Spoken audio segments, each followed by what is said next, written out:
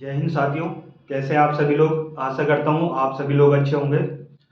साथियों, तो आज का हमारा टॉपिक है उत्तराखंड में गोरखा शासन।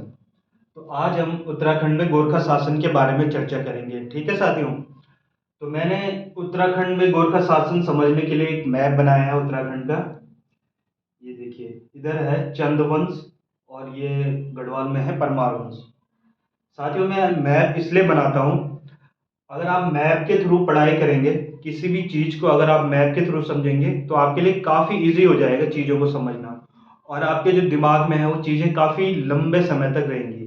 ठीक है, तो इसलिए मैं आपको जब भी आप नोटिस करोगे तो मैं मैप के थ्रू ही आपको पढ़ाऊंगा। ठीक है, तो आइए बात करते हैं चंद्रवंश की। क्योंकि सबसे पहले जो ये है, ये हो गया आपका नेपाल। नेपाल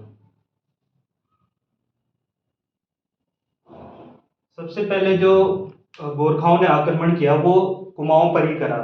क्योंकि कुमाऊं एकदम नज़दीक हो गया ना, नेपाल से एकदम नज़दीक हो गया, इसलिए सबसे पहले गोरखाओं ने क्या करा, ये कुमाऊं को जीतने का प्लान बनाया। तो कुमाऊं को जीतने से पहले कुछ परिस्थितियां ऐसी बनी कि गोरखाओं को कुमाऊं जीतना काफ़ी इजी हो गया। तो परिस्थितियां क्या थी, आइए समझते हैं।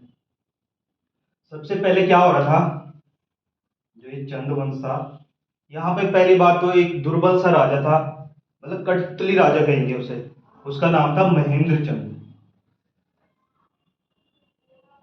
महेंद्र महेंद्र चंद महेंद्र चंद था। तो एक कठपुतली राजा था। तो इसके टाइम में क्या होता है कि कुमाऊं में जो कि राज्य था उसमें काफी आंतरिक कलह हो गई। मतलब षड्यंत्र रचे जा रहे थे एक दूसरे को हटाने के।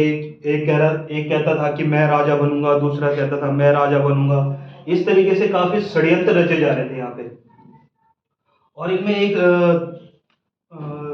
था बद्रीदत्त जोशी। एक जोशी था, बद्रीदत्त जोशी। बद्रीदत्त जोशी।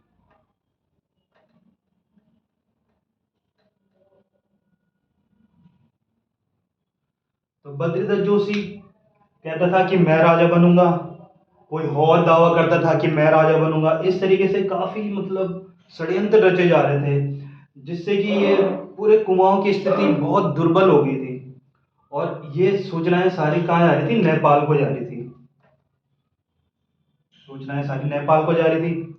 अब गोरखे बिल्कुल एक्साइटेड हो गए कि हम जाएंगे भाई, इसे जीतेंगे, कुमाऊं पूरा कुमाऊं को जीतेंगे। तो इनके जो सेनापति थे, एक था, पहला था अमर सिंह थापा, जो इनका सेनापति था। अमर सिंह थापा। अमर सिंह थापा। और दूसरा था जगजीत पांडे। जगजीत जगजीत पांडे। और तीसरा था हस्तिदल चौतरिया।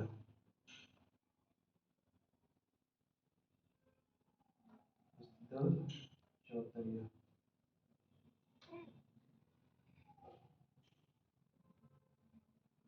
और चौथा था सुरवीर सिंह।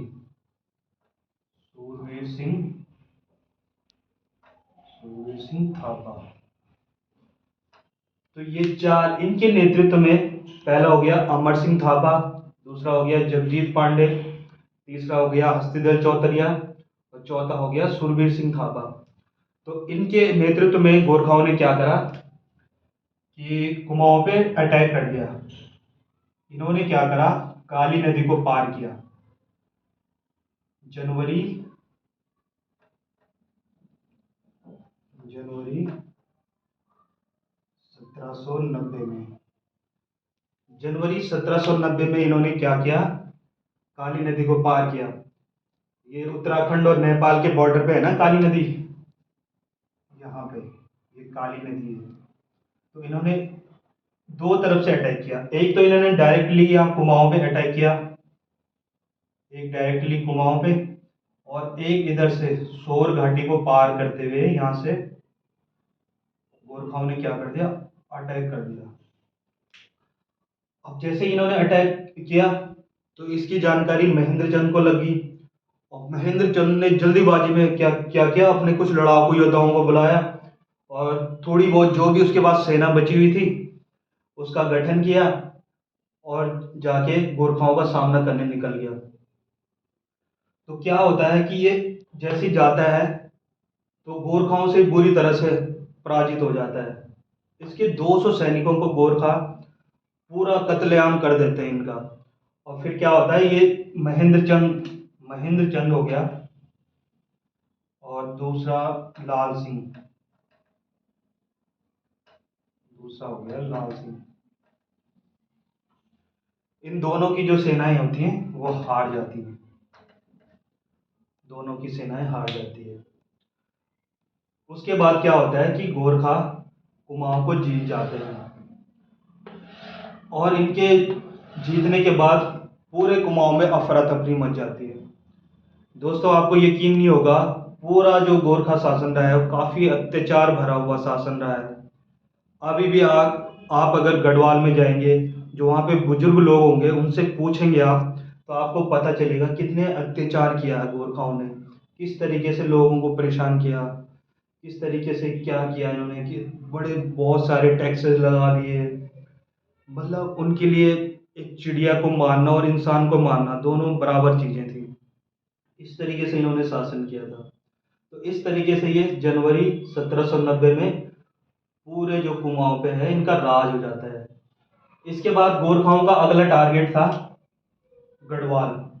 अब ये गढ़वाल को भी जीतना चाहते थे। तो क्या होता है, ये 1791 में गोरखे क्या करते हैं, 1791 में गढ़वाल पे भी आक्रमण करते हैं, लेकिन इन्हें सफलता हासिल नहीं होती है। क्योंकि क्या होता है कि इधर से चाइना है ना, इधर से चीन चीन चीन से क्या होता है कि नेपाल पे आक्रमण हो जाता है, नेपाल पे आक्रमण हो जाता है। उसके बाद जो नेपाल के राजा था, नेपाल का राजा था, वो सारी अपनी सेना को नेपाल वापस बुला लेता है। ठीक है। उसके बाद 1792 में 1792 में क्या होता है कि परमार राजा, उस टाइम यहाँ पे था प्रद्युमन शाह, प्रद्युमन शाह प्रद्युमन शाह यहाँ पे राजा था। तो 1792 में प्रद्युमन शाह और गोरखाओं के बीच संधि होती है। गोरखाओं के बीच क्या होती है, एक संधि होती है 1792 में। 1792 में इनके बीच संधि होती है, जिसको जाना जाता है लंगूरगढ़ की संधि। लंगूरगढ़ की संधि, लंगूरगढ़ की संधि। इसके तहत क्या होता है कि प्रद्युमन शाह जो परमार राजा रहता है वो कहता है कि हम आपको 25,000 रुपये सालाना देंगे, आप गढ़वाल पे अटैक मत कीजिएगा। तो इस तरीके से गोरखा वापस चले जाते हैं और ये कुमाऊं में ही राज करते रहते हैं। ठीक है। तो दोस्तों ये था कि किस तरीके से ये इन्होंने कुमाऊं पर अपना कब्जा जमा लिया था। इनका शासन बहुत ही अत्याचार पूर्वक रहा था। तो इसके बाद अगला जो टॉपिक होगा उसमें हम बात करेंगे कि इनकी इनका प्रशासन किस तरीके से था, इनकी न्याय व्यवस्था क्या थी, सामाजिक स्थिति क्या थी इनकी, और भी सारी चीज़ों में चर्चा करेंगे। आज के लिए बस इतना ही रहने देते हैं। जय हिंद।